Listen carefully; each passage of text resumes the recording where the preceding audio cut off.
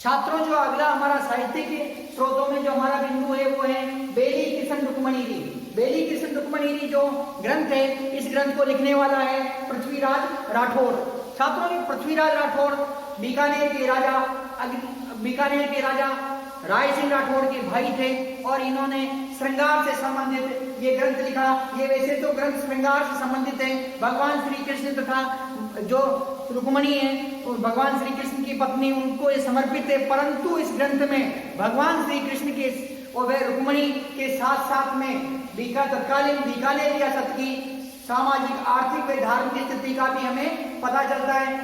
बीकानेर रियासत तथा मुगलों के संबंध, बीकानेर रियासत तथा राजपूताना की अन्य रियासतों के संबंध तथा महाराजा राय सिंह राठौड़ के समय जो बीकानेर रियासत में कार्य करवाए गए थे, जो भवन निर्माण करवाए गए थे, बीकानेर रियासत के जो 30 त्योहार, उत्सव तथा बीकानेर रियासत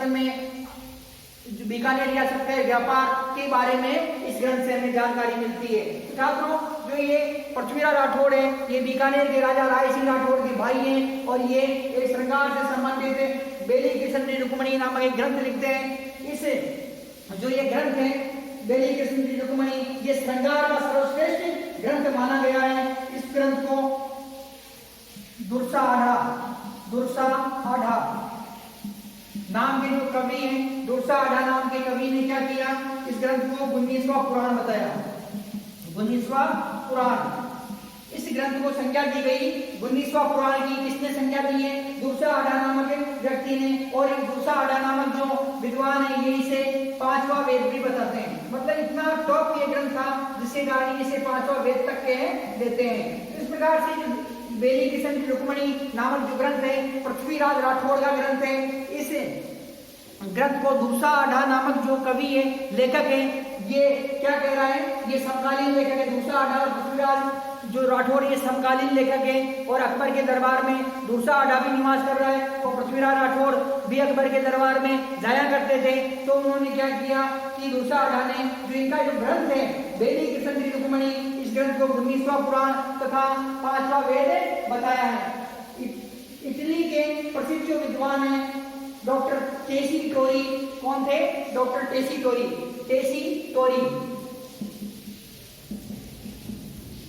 डॉक्टर टेसी टोरी। तो डॉक्टर टेसी टोरी ने क्या किया छात्रों?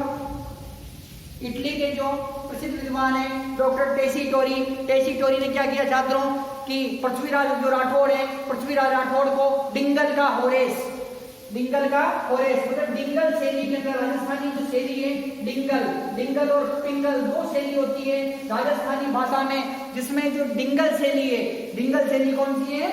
जो ये लिख रहे हैं बेली किशन रुक्मणी नामक जो ग्रंथ लिखा है, ये डिंगल शैली में लिखा गया है। और डिंगल शैली में जो ग्रंथ है बेली किशन रुक्मणी, उसको पढ़कर जो डॉक्टर टेसी टोरी है, इटली के विद्वान हैं, जो बीकानेर आते हैं और पृथ्वीराज राठौड़ के ग्रंथ को ये पढ़ते हैं, तब डिंगल का होरेस नाम की, होरेस एक इटालियन विद्वान है, उसकी ये क्या करते हैं, इसको उपाधि देते हैं कि डिंगल भाषा का जो होरेस है, ये के होरेस है वो कौन है? वो पृथ्वीराज राठौड़ है। तो छात्रों, पृथ्वीराज राठौड़ का जो ग्रंथ है, पृथ्वीराज राठौड़ के जो ग्रंथ से हमें क्या होता है, हमें पृथ्वीराज राठौड़ के ग्रंथ से तत्कालीन समय के राजपूताना के इतिहास की जानकारी प्राप्त होती है तथा मुगल तथा बीकानेर रियासत के संबंध, बीकानेर तथा मारवाड़ रियासत के संबंध, बीकानेर तथा मेवाड़ रियासत के संबंध तथा राजपूताना की जो अलग अलग रियासतें हैं उनका मुगलों से किस प्रकार का संबंध था, उस बात की जानकारी हमें पृथ्वीराज राठौड़ की ग्रंथ बेली किशन रुक्मणी से प्राप्त होती है। छात्रों, अगला जो हमारा साहित्यिक स्रोत है वो स्रोत है बांकीदास की छाप।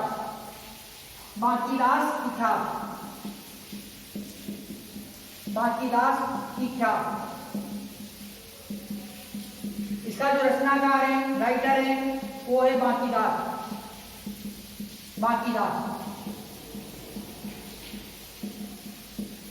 छात्रों, जो ख्यात है ये क्या कर रही है? ये मारवाड़ रियासत का उल्लेख कर रही है। मारवाड़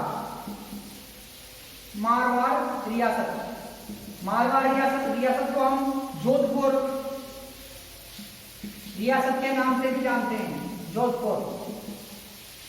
बांकीदास नामक जो विद्वान है, इन्होंने अपने ख्यात में तत्कालीन समय के राजपूताना के बारे में, तत्कालीन समय के राजपूताना में लड़े गए युद्ध, राजपूताना की विभिन्न रियासतों तथा राजपूताना के रीति रिवाज, तीज त्योहार के बारे में भी इन्होंने इस ग्रंथ में जानकारी दी है। इतिहास से संबंधित ग्रंथ है ये। संपूर्ण राजपूताना मारवाड़ रियासत के साथ साथ ये मारवाड़ के आसपास की रियासतों की तथा मारवाड़ अर्थात जोधपुर के उन रियासतों से संबंधों की ये जानकारी हमें प्रदान करते हैं। इसके अतिरिक्त छात्रों जो अगला ग्रंथ है वो हमारा है वीर सतसई। वीर सतसई जो ग्रंथ लिखा गया है वो सूर्यमल मिश्रण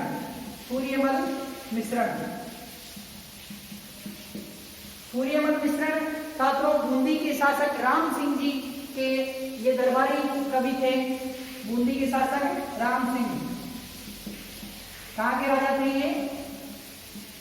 बूंदी के राजा। तो सूर्यमल मिश्रण ने अपने ग्रंथ वीर सतसई में बूंदी रियासत के साथ साथ बूंदी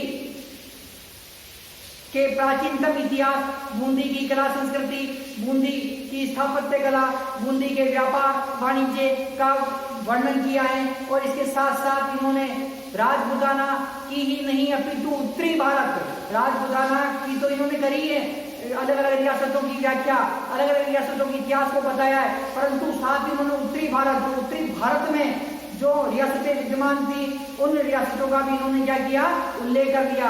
ये अंग्रेजों, इनके समय में अंग्रेज थे, अंग्रेज क्या है कि अपने प्रसार पूरा अपना कंट्रोल राजपूताना पे स्थापित कर चुके थे। ऐसे समय में इन्होंने राजपूताना के जो राजा थे, राजस्थान के जो राजपूत राजा थे, उनमें इन्होंने जोश उत्पन्न करने के लिए भी अपने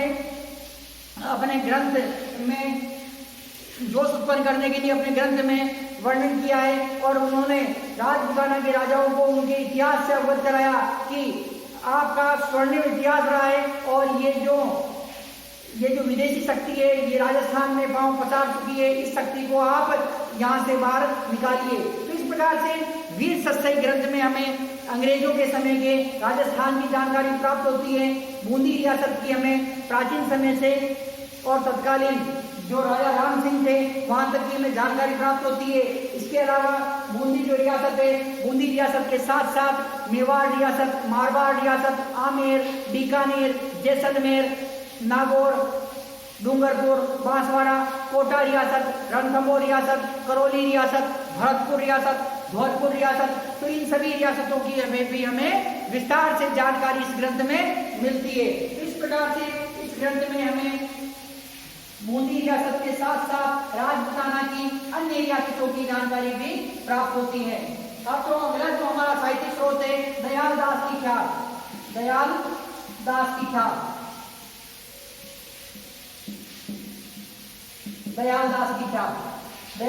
ख्याल जो ग्रंथ है इसको लिखने वाला जो रचनाकार है दयाल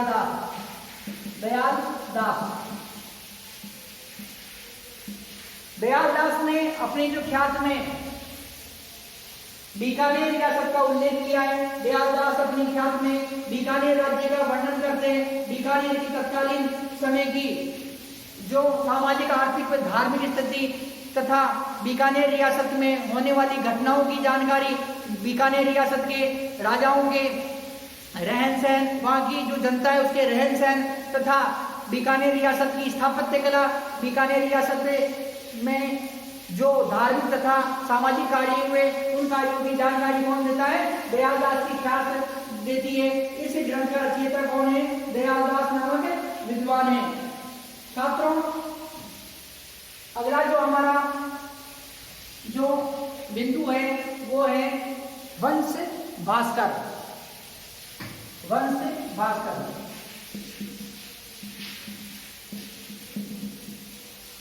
भास्कर जो ग्रंथ है, वंश भास्कर नामक ग्रंथ किसने लिखा?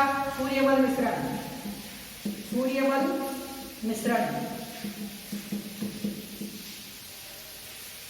मिश्रण ने वीर सतसई नामक ग्रंथ भी लिखा। वीर सतसई अर्थात वीरता परक उसके अंदर दोहे थे, उसमें बूंदी रियासत के राजाओं का उल्लेख था तथा साथ में बूंदी के साथ साथ बूंदी का जिन रियासतों से संबंध था उनका भी उसने क्या किया, उल्लेख किया। परंतु ये जो ग्रंथ है, इस ग्रंथ में भी क्या कर रहा है कि ये किसका वर्णन कर रहा है, बूंदी का कर रहा है, और बूंदी के साथ साथ उत्तरी भारत की रियासतों का भी कर रहा है, और मेवाड़ की जो रियासतें हैं, तत्कालीन समय के अंदर जो मेवाड़ में रियासतें मौजूद हैं, उन रियासतों का भी क्या कर रहा है, वर्णन कर रहा है। वीर सत्सई भी वीरता परक जो राजस्थान का इतिहास, बूंदी का इतिहास बता रहा है। वंश भास्कर जो ये भी सूर्यमल मिश्रण का है, और ये ग्रंथ क्या कर रहा है कि बूंदी रियासत के राजाओं की जानकारी दे रहा है, बूंदी रियासत के राजाओं में जो युद्ध लड़े उनकी जानकारी दे रहा है। ये प्राचीनतम जो बूंदी रियासत का जो संस्थापक था, बूंदी रियासत के जो संस्थापक थे, संस्थापक से लेकर और राजा राम सिंह, ये दरबारी कवि किसके, बूंदी के राजा राम सिंह हाड़ा के दरबारी कवि है, राम सिंह हाड़ा के दरबारी कवि कौन है, सूर्यमल मिश्रण है। सूर्यमल मिश्रण वंश भास्कर ग्रंथ में बूंदी रियासत के साथ साथ राजपूताना की अन्य रियासतें जैसे मेवाड़ है, मारवाड़ है, वागड़ क्षेत्र की डूंगरपुर, बांसवाड़ा, प्रतापगढ़ रियासतें हैं, तथा बीकानेर रियासत, जांगल क्षेत्र की जो बीकानेर रियासत है, मत्स्य क्षेत्र की जो धौलपुर, भरतपुर तथा करौली रियासतें हैं, और आमेर रियासत, अजमेर रियासत, नागौर रियासत, तो इन जोधपुर रियासत, जैसलमेर, बीकानेर रियासत, तो इन रियासतों का क्या कर रहे हैं कि अपने ग्रंथ वंश भास्कर में उल्लेख कर रहे हैं। तो राजा राम सिंह है, राजा राम सिंह द्वारा वंश भास्कर ग्रंथ में राजपूताना की रियासतों की व्याख्या की गई। तो इस प्रकार से छात्रों हमें राजस्थान के इतिहास की जानकारी हमें प्राप्त होती है। तो इसके अतिरिक्त छात्रों अगला जो हमारा बिंदु है बाबरनामा।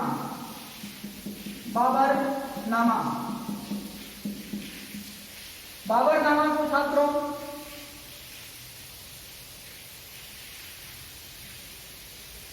बाबरनामा जो ग्रंथ है, इसका जो रचनाकार है वो है बाबर,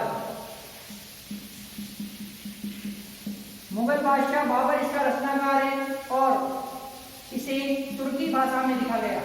भाषा इसकी छात्रों तुर्की है इस ग्रंथ की, और इसमें धर्म, जाति, भूगोल, युद्धों, कृषि की जानकारी हमें प्राप्त होती है। बाबरनामा है, इसे तुजुक के बाबरी के नाम से भी जाना जाता है। तुजुक ए बाबरी के नाम से भी जाना जाता है। छात्रों बाबरनामा जो ग्रंथ है, बाबर द्वारा मुगल बादशाह जो बाबर है, इसने 1526 ईस्वी में पानीपत के प्रथम युद्ध में दिल्ली के सुल्तान इब्राहिम लोदी को पराजित कर दिया और दिल्ली पर अपना साम्राज्य स्थापित कर लिया। बाबर ने अपनी आत्मकथा है उसकी बाबरनामा, जिसे ये आत्मकथा है बाबर की स्वयं द्वारा लिखी गई। बाबर इसका खुद राइटर है इसका बाबरनामा का, जिसे आत्मकथा बाबरनामा, जिसे तुजुक ए बाबरी के नाम से भी जाना जाता है। इस ग्रंथ में राजपूताना के कृषि, व्यापार, वाणिज्य, भूगोल, राजपूताना की शक्तिशाली मेवाड़ रियासत का ये उल्लेख करता है। यहाँ जो राजपूताना के में जो जिस धर्म के लोग रहते थे, जिस जाति के लोग रहते थे, जिस जाति के यहाँ शासक थे, अर्थात उन सभी का इसमें उल्लेख किया है। इस ग्रंथ से मुगल तथा राजपूतों के संबंधों का भी हमें पता पड़ता है। मुगल तथा राजपूतों के संबंध किस प्रकार के थे इस समय मुगल तथा राजपूतों के संबंध शत्रुतापूर्ण थे। शत्रुतापूर्ण किस प्रकार से कि ये बाबर जो है, बाबर जब भारत पर, दिल्ली पर अधिकार कर लेता है, अलाउद्दीन खिलजी को इब्राहिम लोदी को ये पराजित करके और दिल्ली तथा आगरा पर अधिकार कर लेता है, तब ये बाबर संपूर्ण भारत पर अधिकार करने का निश्चय करता है और इसमें इसका मुकाबला होता है महाराणा सांगा, मेवाड़ के शासक हैं महाराणा सांगा। बाबरनामा में बताया गया है कि महाराणा सांगा ने इसके साथ विश्वासघात किया, जो सरासर गलत है। इसकी जानकारी स्वयं बाबर ही देता है, बाकी कोई ग्रंथ नहीं दे रहे हैं। बाबर अपने मन से ही इसके अंदर जो जानकारी प्रदान कर रहा है। बाकी अन्य ना तो उसके समकालीन कोई इतिहासकार है वो दे रहे हैं, ना राजस्थान के इतिहासकार दे रहे हैं, ना आधुनिक जो भारत के इतिहासकार है वो कोई दे रहे हैं, और ना ही इसे ऐसी जो राणा सांगा ने विश्वासघात किया ऐसी जानकारी जो अन्य बाबर के समकालीन इतिहासकार हैं दूसरे क्षेत्रों के वो भी नहीं दे रहे हैं। तो इसमें केवल जानकारी केवल बाबर ही दे रहा है कि राणा सांगा ने क्या किया कि विश्वासघात कर दिया। तो इसमें बाबर ने क्या किया कि बाबर ने अपनी आत्मकथा में वर्णन किया कि भारत के अंदर दो शक्तिशाली राजा हैं, कृष्णदेवराय जो विजयनगर दक्षिणी भारत के हैं, और दूसरे शक्तिशाली राजा कौन है, मेवाड़ के महाराणा सांगा। तो महाराणा सांगा तथा बाबर के मध्य जो 17 मार्च 1527 ईस्वी 17 मार्च 1527 ईस्वी को खानवा का युद्ध होता है। खानवा आगे बहुत बड़ा प्रश्न आएगा ये छात्रों, उस समय हम इसकी डिटेल करेंगे। खानवा युद्ध किस प्रकार लड़ा गया, किस किस के मध्य हुआ, कौन विजय हुआ, कौन पराजित हुआ, वो आगे आएगा। तो इसी बाबर ने क्या किया कि भारत की जो उत्तरी भारत की सबसे शक्तिशाली रियासत थी वो रियासत थी मेवाड़ के शासक थे महाराणा सांगा पर 17 मार्च 1527 ईस्वी को आक्रमण किया। खानवा के युद्ध में दोनों में भयंकर युद्ध हुआ और इसमें बाबर का धोखे से विजय हो गया। तो इस बात की जानकारी हमें किस ग्रंथ से मिलती है, बाबर नामक जो ग्रंथ है उसमें इस बात की हमें जानकारी प्राप्त होती है। तो इस प्रकार से छात्रों बाबर नामक ग्रंथ से हमें तत्कालीन समय के राजस्थान के मुगल राजपूत संबंधों की, मेवाड़ रियासत की तथा राजस्थान में बाबर के आक्रमण की तथा राजस्थान में हिंदू धर्म की, राजस्थान में कृषि की, राजस्थान के भूगोल की हमें जानकारी प्राप्त होती है। तो छात्रों इस प्रकार से बाबर नामक जो ग्रंथ है इतिहास में अपना महत्वपूर्ण स्थान रखता है।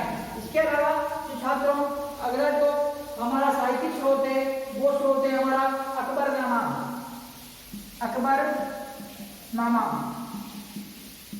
इस अकबरनामा ग्रंथ का जो रचनाकार है छात्रों वो है अबुल फजल।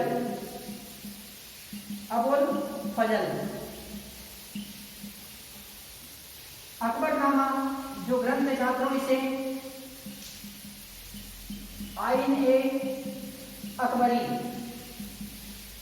आईन-ए-अकबरी भी कहा जाता है।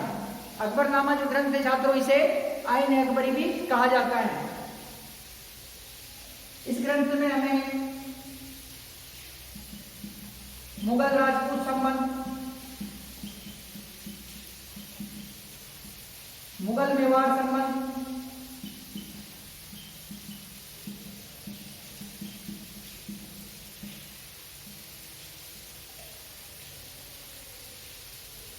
प्रशासन, राजनीति, धर्म,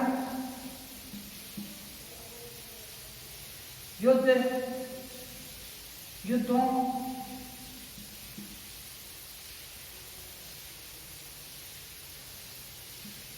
राजस्थान की रियासतों जैसे आमेर, बीकानेर, जैसलमेर, सिरोही, जालौर, जोधपुर, मेवाड़, ब्रैकेट में उदयपुर। मेवाड़ रियासत को जो वर्तमान उदयपुर के नाम से जाना जाता है, उदयपुर नगर की स्थापना हो चुकी थी उसमें। करौली, कोटा, रणथंभौर, कोटा में छात्रों बूंदी करेंगे, कोटा बाद में कहा था, बूंदी, रणथंभौर, प्रतापगढ़, डूंगरपुर, बांसवाड़ा,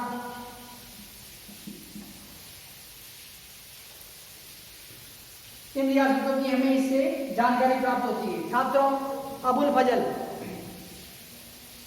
फजल जो विद्वान था, अबुल फजल और फेजी नामक विद्वान, ये नागौर के रहने वाले थे और अकबर के दरबार में चले गए। अकबर ने अबुल फजल और तथा उसके भाई फेजी को, अबुल फजल तथा उसके भाई फेजी को अपने दरबार में शरण दी। और अबुल फजल ने, जो अकबर के नवरत्नों में से एक था अबुल फजल, उसने अकबरनामा ग्रंथ लिखा, जिसे हम आईन अकबरी के नाम से भी जानते हैं। छात्रों, अकबरनामा ग्रंथ किसने लिखा? अबुल फजल ने लिखा, जिसे हम आईन अकबरी के नाम से भी जानते हैं। अबुल फजल ने अपने ग्रंथ अकबरनामा में मुगल राजपूत संबंध अर्थात आमेर रियासत के जो अकबर से संबंध थे, उन संबंधों का उल्लेख किया। क्योंकि आमेर रियासत ने 1562 ईस्वी में जो अकबर से वैवाहिक संबंध स्थापित कर लिए थे, तो उन संबंधों का भी इसने उल्लेख किया। इसके अतिरिक्त मुगल तथा मेवाड़ से संबंध, अकबर द्वारा 1567 में मेवाड़ पर आक्रमण किया गया तथा 1568 में मेवाड़ को विजय की गई, तो उसका भी इसने इसमें वर्णन किया है। इसके अतिरिक्त महाराणा प्रताप, महाराणा उदय सिंह की मृत्यु के बाद में मेवाड़ के शासक बने महाराणा प्रताप, तो महाराणा प्रताप तथा अकबर के मध्य जो संबंध थे, अर्थात जो मुगल साम्राज्य और मेवाड़ रियासत के मध्य जो संबंध थे, उनका भी इसने उल्लेख किया।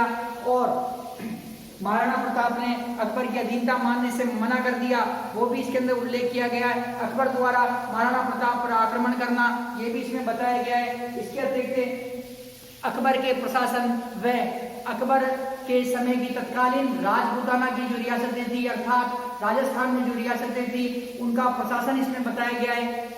किस धर्म के लोग राजपूताना में निवास करते थे, किस धर्म के शासक राजस्थान में राज्य कर रहे थे, राजस्थान की राजनीति के बारे में बताया, राजस्थान के राजाओं का मुगलों से संबंध तथा मुगल दरबार का राजस्थान में हस्तक्षेप को बताया गया तथा राजस्थान मुगल दरबार के विरुद्ध मुगलों की अधीनता न मानने वाले शासकों को इसके अंदर बताया गया है।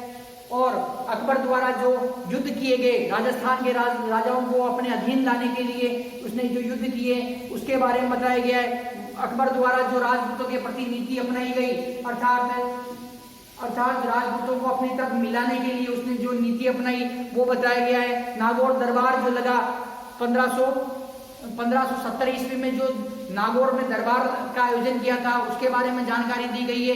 इसके अतिरिक्त इस ग्रंथ में हमें तत्कालीन जो राजस्थान है, तत्कालीन राजस्थान की आमेर रियासत का मुगलों से संबंध, बीकानेर रियासत का जैसलमेर, सिरोही, जालोर, जोधपुर, मेवाड़, करौली, बूंदी, रणथंभौर, प्रतापगढ़, डूंगरपुर, बांसवाड़ा रियासतों का मुगलों के साथ जो संबंध था, उसकी हमें जानकारी इस अबुल फजल के ग्रंथ अकबरनामा से हमें प्राप्त होती है। तो इस प्रकार से छात्रों, अबुल फजल द्वारा क्या किया गया, अबुल फजल ने अपने ग्रंथ में राजपूताना की हमें जानकारी प्रदान की। तो इस प्रकार से छात्रों, इस प्रकार के ग्रंथों को पढ़ के, इस प्रकार के साहित्यिक ग्रंथों को पढ़ के राजस्थान के इतिहास की ठोस तथा प्रमाणिक जानकारी हम प्राप्त कर सकते हैं। छात्रों, अगला जो हमारा साहित्यिक स्रोत है, वो स्रोत हमारा the annals and antiquity of Rajasthan, annals and antiquity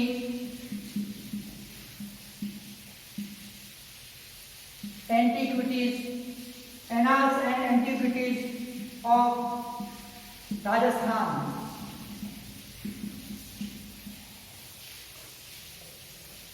ये जो ग्रंथ है छात्रों, 1829 ईस्वी में कर्नल जेम्स टोड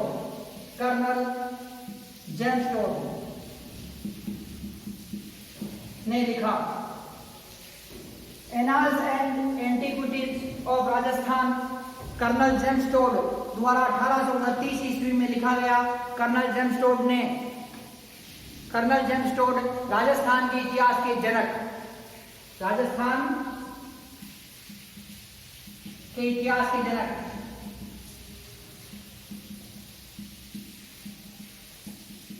राजस्थान के इतिहास के जनक कौन है?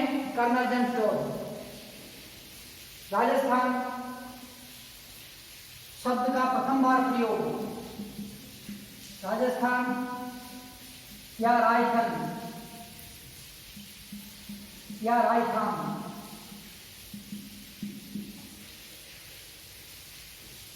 ये जो पुस्तक है कर्नल जेम्स टोड की, कर्नल जेम्स टोड ने 1829 ईस्वी में लिखी। इस ग्रंथ में सर्वप्रथम जो साहित्यिक प्रमाण, साहित्य किसी भी किताब में जो राजस्थान नाम लिखा गया है, सर्वप्रथम वो कौन सा है? वो कर्नल जेम्स टोड की पुस्तक 1829 ईस्वी में लिखी गई, the annals and antiquities of Rajasthan, annals and antiquities of Rajasthan. इस पुस्तक में सर्वप्रथम राजस्थान या रायथान शब्द का प्रयोग किया गया, अर्थात राजस्थान शब्द का जो प्रथम प्रयोग है वो प्रयोग किसमें मिलता है हमें? राजस्थान शब्द का हमें जो प्रथम प्रयोग है वो हमें annals and antiquities of Rajasthan जो नाम की पुस्तक है, इस पुस्तक में हमें मिलता है। कर्नल जेम्स टोड राजस्थान के इतिहास के पिता कहलाते हैं। छात्रों, प्रारंभ में मैंने आपको बताया था कि इतिहास का जो जनक है वो हेरोडोटस है। भारत के इतिहास का जो पिता है वेद व्यास है। भारत के जो क्रमबद्ध इतिहास का पिता है या क्रमबद्ध इतिहास का जो जनक है वो है कल्हण। तथा जो राजस्थान के इतिहास का पिता है, राजस्थान का जो क्रमबद्ध सिस्टमेटिक ढंग से जो इतिहास लिखने वाला है वो कौन है?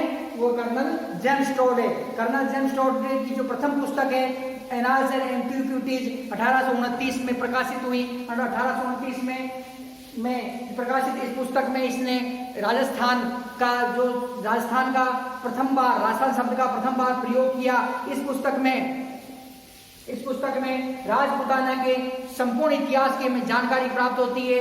कर्नल जेम्स टोड ने राजस्थान की जो आमेर रियासत, मेवाड़, मारवाड़ में जोधपुर रियासत तथा जैसलमेर रियासत, बीकानेर रियासत, करौली रियासत, टोंक रियासत, कोटा, बूंदी, झालावाड़ रियासतें, किशनगढ़ रियासत, प्रतापगढ़, डूंगरपुर, बांसवाड़ा रियासतें, सिरोही तथा जालोर की रियासतें, नागौर रियासत, अर्थात राजस्थान में उस समय जो 19 रियासतें थी, उन 19 रियासतों का उल्लेख किसने किया? कर्नल जेम्स टोड ने। कर्नल जेम्स टोड के समय में राजस्थान में 19 रियासतें विद्यमान थी। उन 19 रियासतों के इतिहास की, प्राचीनतम इतिहास की जानकारी जो अपने ग्रंथ annals and antiquities of Rajasthan में कर्नल जेम्स टोड देते हैं। कर्नल जेम्स टोड ने अपनी पुस्तक में राजस्थान की प्रथाएं, जैसे जौहर प्रथा, सती प्रथा, त्याग प्रथा, कन्यावध, दास दासी प्रथा, डाकर प्रथा, इन प्रथाओं का उल्लेख किया है तथा इन प्रथाओं को रोकने के लिए राजस्थान के जो राजा महाराजा थे उन्होंने क्या कार्य किए वो भी इसके अंदर बताया गया है। राजस्थान के राजा महाराजाओं द्वारा जो स्थापत्य के क्षेत्र में कार्य किए गए, स्थापत्य कला के क्षेत्र में जो निर्माण कार्य किए गए, जो दुर्ग उन्होंने बनाए, तो उन सभी बातों की जानकारी भी हमें किसमें प्राप्त होती है? उन सभी बातों की जानकारी हमें द एनाल्स एंड एंटिक्विटीज जो पुस्तक है इसमें हमें प्राप्त होती है। राजस्थान की जो जानकारी प्रदान करने में द एनाल्स एंड एंटिक्विटीज और राजस्थान का महत्वपूर्ण स्थान है। कर्नल जेम्स टोड है, इन्हें घोड़े वाले बाबा के नाम से भी जाना जाता है। घोड़े वाले बाबा के नाम से क्यों? घोड़े वाले बाबा के नाम से इसलिए जाना जाता है छात्रों, क्योंकि जब ये राजस्थान के जो पॉलिटिक एजेंट बन के आए थे, मेवाड़ रियासत में पॉलिटिक एजेंट के रूप में तथा अन्य रियासतों में भी ये पॉलिटिक एजेंट के रूप में रहे थे। भारत में जो अंग्रेजों का सर्वोच्च अधिकारी था वो गवर्नर जनरल कहलाता था तथा उसने क्या किया? गवर्नर जनरल कहलाता था। उसने राजस्थान के अंदर जो अलग अलग विभिन्न क्षेत्रों में मॉनिटरी करने के लिए पॉलिटिक एजेंटों की नियुक्ति की थी। उसमें कर्नल जेम्स टोड भी थे। तो कर्नल जेम्स टोड जब पॉलिटिक एजेंट बन के आए तो ये घोड़े पे सवार होकर और गांवों के अंदर ये जाते थे।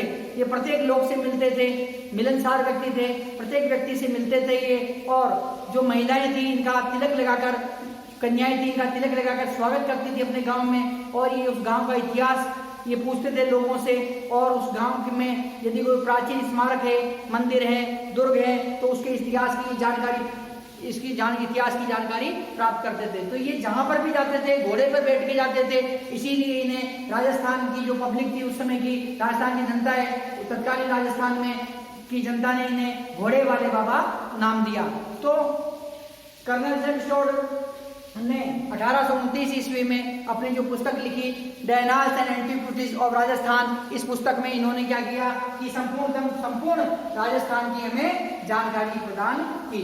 तो इस प्रकार से छात्रों इस पुस्तक के माध्यम से भी हमें संपूर्ण राजपूताना के इतिहास की जानकारी प्राप्त होती है।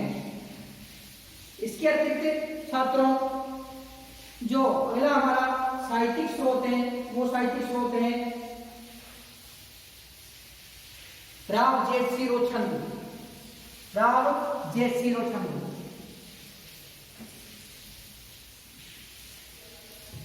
राव जेठसीरो छंद। इस जो ग्रंथ है, इस ग्रंथ का रचनाकार है बीटू सूजा।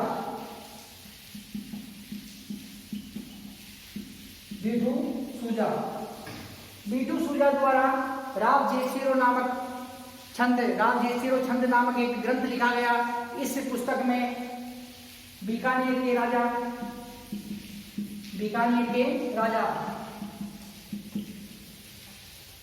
राव जेसी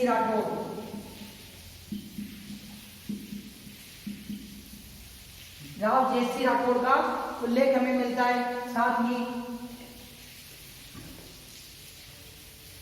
राव जेसी व कामरान के मध्य युद्ध। ये जो छात्रों ग्रंथ है राव जेठसीरो छंद, इस ग्रंथ में हमें बीकानेर रियासत के राजा राव जेसी राठौर जो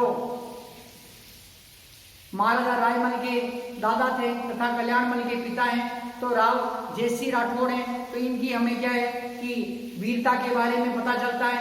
इनके द्वारा जो धार्मिक कार्य करवाए गए, राव जेसी राठौर द्वारा बीकानेर में जो सामाजिक कार्य करवाए गए, बीकानेर की प्रजा की भलाई के लिए जो कार्य करवाए गए तथा जो युद्ध लड़े गए, तो उनकी जानकारी हमें किससे प्राप्त होती है? उसकी जानकारी हमें राव जेठसीरो छंद नामक ग्रंथ है बीटू सूजा। इसका राइटर कौन है छात्रों? बीटू सूजा। राव जेठसीरो छंद है, इसका राइटर है बीटू सूजा।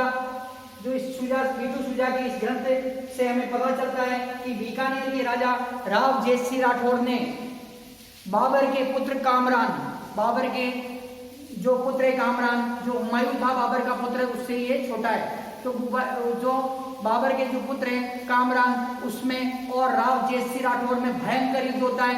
इस युद्ध में राव जेसी राठौर कामरान जो बाबर का पुत्र है कामरान, उसे क्या करते हैं? पराजित कर देते हैं। तो इस प्रकार की हमें कामरान तथा राव जेसी के मध्य जो युद्ध हुआ है उसकी जानकारी हमें किससे प्राप्त होती है? राव जेठसीरो छंद से हमें जानकारी प्राप्त होती है। इसके साथ साथ हमें बीकानेर रियासत की तत्कालीन समय की जानकारी भी, तत्कालीन समय में जो बीकानेर की सामाजिक आर्थिक धार्मिक जानकारी हमें प्राप्त होती है। छात्रों जो राव जेठसीरो छंद है, इसके अतिरिक्त जो साहित्यिक स्रोतों में हमारा है सूरज प्रकाश।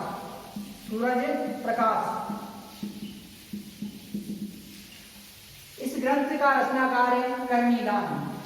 चारण कवि थे कर्णीदान। जोधपुर के राजा अभय सिंह राठौर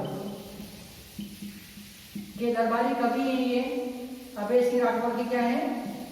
दरबारी कवि हैं। जोधपुर के राजा हैं,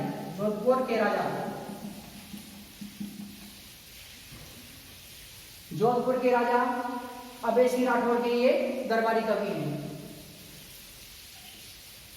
कर्णीदान का जो ग्रंथ है सूरज प्रकाश, ये महाराजा अभय सिंह राठौर की वीरता के बारे में बताता है। साथ ही बुलंद खां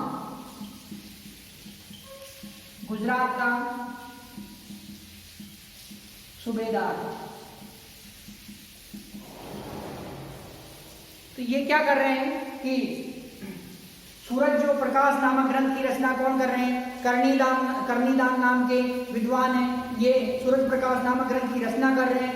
ये ग्रंथ मारवाड़ रियासत अर्थात जोधपुर को मारवाड़ रियासत के नाम से भी जाना जाता है। ये मारवाड़ रियासत की तत्कालीन समय की व्याख्या कर रहा है ये ग्रंथ। इस ग्रंथ में कर्णीदान बता रहे हैं कि जोधपुर के राजा अभय सिंह राठौड़ हैं, जो एक शूरवीर शासक हैं। इन पर गुजरात के सूबेदार मतलब गवर्नर, उस समय जो गुजरात में गवर्नर हुआ करता था, मुगल बादशाह क्या करते थे कि जो बड़े बड़े प्रांत थे उन प्रांतों में अपने गवर्नर नियुक्त कर देते थे और प्रशासन दिल्ली से चलाते थे, परंतु अपने गवर्नर अलग अलग प्रांतों में, जैसे मालवा का गवर्नर नियुक्त कर दिया, राजस्थान के लिए गवर्नर नियुक्त कर दिया इन्होंने, इसके लाहौर का गवर्नर नियुक्त कर दिया, इसके अतिरिक्त इन्होंने गुजरात का कर दिया, उत्तर प्रदेश, बंगाल, बिहार, उड़ीसा में कर दिए। तो ये मुगल साम्राज्य में जो मुगल शासक थे ये क्या करते थे कि उस समय विभिन्न प्रांतों में अपने गवर्नर नियुक्त कर देते थे। तो गुजरात का महाराजा जो अभय सिंह राठौड़ है, उनके समय में गुजरात का जो गवर्नर है वो कौन है? बुलंद खां। तो बुलंद खां ने क्या किया कि बुलंद खां ने मारवाड़ पर आक्रमण किया, जोधपुर पे, और जो महाराजा अभय सिंह है उन्होंने इसका प्रतिरोध किया और महाराजा अभय सिंह ने क्या किया कि ये बुलंद खां को युद्ध में पराजित कर दिया। तो इस बात की जानकारी कौन दे रहा है? सूरज प्रकाश नामक ग्रंथ दे रहा है। सूरज प्रकाश नामक ग्रंथ में कर्णीदान जो लेखक हैं इस ग्रंथ के, वो बता रहे हैं कि जोधपुर के राजा अभय सिंह राठौड़ ने गुजरात के सूबेदार बुलंद खां को पराजित कर दिया। इस प्रकार से हमें इस ग्रंथ से मारवाड़ के राजा अभय सिंह राठौड़ के बारे में जानकारी प्राप्त होती है। अगला जो हमारा साहित्यिक स्रोत है वो है विजयपाल रासो।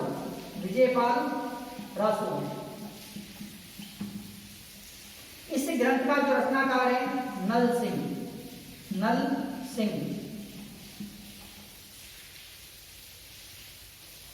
नल सिंह जो कवि है, ये करौली के राजा, जो करौली के यादव वंश के शासक हैं विजयपाल यादव, उनकी जो वीरता के बारे में ये वर्णन करता है अपने ग्रंथ में।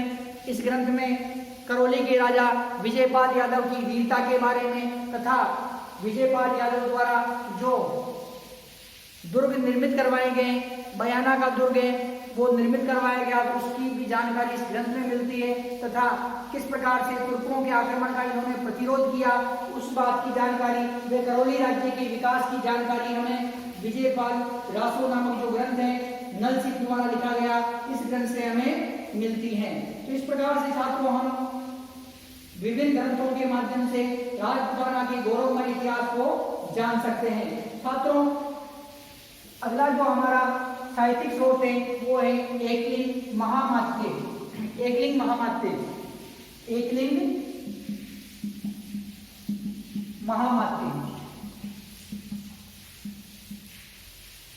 कान्हा व्यास इसका रचनाकार है और महाराणा कुंभा के समय में कान्हा व्यास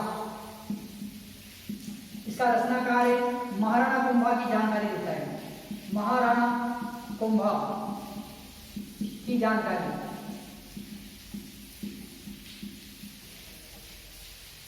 एकलिंग महामात्य जो ग्रंथ है, इस ग्रंथ में छात्रों मेवाड़ के जो महाराणा कुंभा हैं, कुंभा के समय की तत्कालीन सामाजिक, राजनीतिक, धार्मिक, आर्थिक स्थिति का हमें पता चलता है। महाराणा कुंभा जो है, महाराणा कुंभा द्वारा जो अपने साम्राज्य का विस्तार किया गया, महाराणा कुंभा द्वारा साहित्यकारों को संरक्षण दिया गया, महाराणा कुंभा द्वारा जो स्थापत्य कला के रूप में कार्य किए गए, तो उनकी ये क्या कर रहा है, जानकारी दे रहा है। परंतु छात्रों महाराणा कुंभा के साथ साथ इस ग्रंथ में जो हमें मेवाड़ के शासक गुहिल, जो मेवाड़ का संस्थापक है वो कौन है छात्रों, बार बार शब्द आ रहा है गुहिल, संस्थापक, मेवाड़ का जो संस्थापक है गुहिल, गुहिल से लेकर महाराणा कुंभा तक की ये जानकारी प्रदान कर रहा है। कान्हा व्यास नामक जो विद्वान है, इस विद्वान ने अपने ग्रंथ एकलिंग महामात्य जो भगवान शिव जो भगवान शिव के नाम से बनाया गया है। एकलिंग अर्थात भगवान शिव को एकलिंग कहा गया है। और एकलिंगनाथ जी का मंदिर कहाँ स्थित है? उदयपुर के कैलाशपुरी में स्थित है। तो कान्हा व्यास नाम का जो विद्वान है, ये एकलिंग महामात्य नामक ग्रंथ लिख रहा है। इस ग्रंथ में महाराणा को, विशेषकर महाराणा कुंभा की ये जानकारी प्रदान कर रहा है। लेकिन महाराणा कुंभा की जानकारी के साथ साथ ये क्या कर रहा है छात्रों? ये गुहिल, जो मेवाड़ के संस्थापक के गुहिल तथा गुहिल के बाद में जो मेवाड़ के वास्तविक संस्थापक कहलाते बापा रावल, तथा उनके बाद में जो शासक हुए महाराणा, जो रावल अलट हुए, रावल कुमार हुए, रावल शक्ति कुमार, रावल सामन सिंह, रावल जेत्र सिंह, रावल तेज सिंह, रावल समर सिंह, रावल रतन सिंह, महाराणा हमीर देव सिसोदिया, महाराणा कुंभा तक की ये जानकारी प्रदान कर रहा है। महाराणा कुंभा की विशेषकर जानकारी प्रदान करता है, जिसमें महाराणा कुंभा द्वारा मेवाड़ में किए गए विकास कार्य, मेवाड़ में किए गए धार्मिक कार्य, महाराणा कुंभा द्वारा लड़े गए युद्ध, महाराणा कुंभा द्वारा दिए जिन साहित्यकारों को संरक्षण दिया गया उनका उल्लेख, तथा महाराणा कुंभा द्वारा जिस प्रकार से अपने साम्राज्य का विस्तार किया गया, तो उस बात की जानकारी ये ग्रंथ हमें प्रदान करता है। तो इस प्रकार से छात्रों हम निम्न ग्रंथों के माध्यम से राजपूताना के गौरवमय इतिहास को जान सकते हैं। इसके अतिरिक्त छात्रों जैसे कई अन्य ग्रंथ हैं, उनके माध्यम से भी हम राजस्थान के इतिहास को जान सकते हैं, जैसे तारीख-ए-शेरशाही,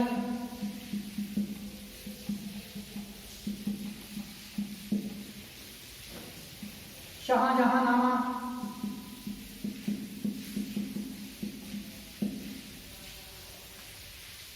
जहांगीरनामा, आलमगीरनामा,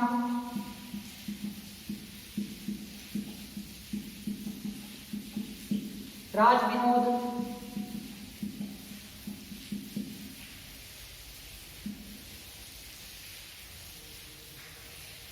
अमरसार,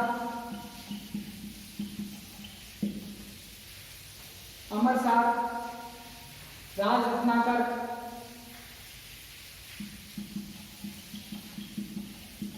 इन ग्रंथों के माध्यम से भी हम राजस्थान के इतिहास की गौरवमयी जानकारी प्राप्त कर सकते हैं। तो छात्रों इस प्रकार से हम साहित्यिक स्रोतों के माध्यम से प्राचीनतम राजपूताना के गौरवमय इतिहास, उसकी सामाजिक स्थिति, उसकी धार्मिक स्थिति, उसकी कला संस्कृति, उसकी राज व्यवस्था के बारे में, राजस्थान के राजाओं द्वारा लगातार मुगलों से किए प्रतिरोध के बारे में, राजस्थान की रीति रिवाज के बारे में, राजस्थान में जो प्राचीन समय में व्याप्त प्रथाएं थी, चौहर प्रथा, सती प्रथा, डाकन प्रथा, कन्यावध, दास दासी प्रथा, इस प्रकार की प्रथाओं की जानकारी प्राप्त कर सकते हैं। तथा राजस्थान में जिस प्रकार से मुगलों ने अपने साम्राज्य का प्रचार प्रसार किया, जिस प्रकार से तुर्कों ने राजस्थान पर आक्रमण किया और जिस प्रकार से अंग्रेजों ने राजस्थान में अपने पांव पसारने शुरू कर दिए, तो इन सभी की जानकारी हम राजस्थान की जो इतिहास की गौरवमय जो जानकारी है हम वो साहित्यिक स्रोतों के माध्यम से प्राप्त कर सकते हैं। तो छात्रों इस प्रकार से आज का हमारा ये साहित्यिक राजस्थान के इतिहास को जानने का साहित्यिक स्रोत टॉपिक कंप्लीट होता है। नेक्स्ट टाइम हम नेक्स्ट टॉपिक करेंगे। धन्यवाद।